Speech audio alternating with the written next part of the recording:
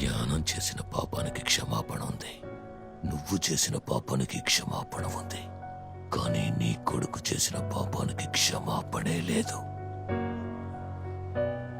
నీ కొడుకు చావు నా చేతుల్లోనే.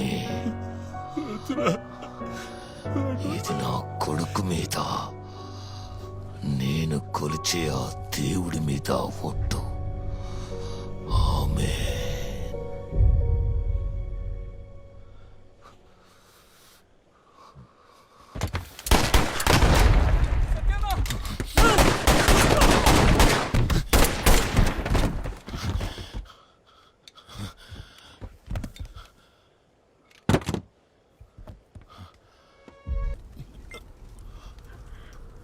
రాత్రంతా ఆయనకి ఫోన్ చేస్తూనే ఉన్నాను, ఆయన ఫోన్ ఎత్తలేదు.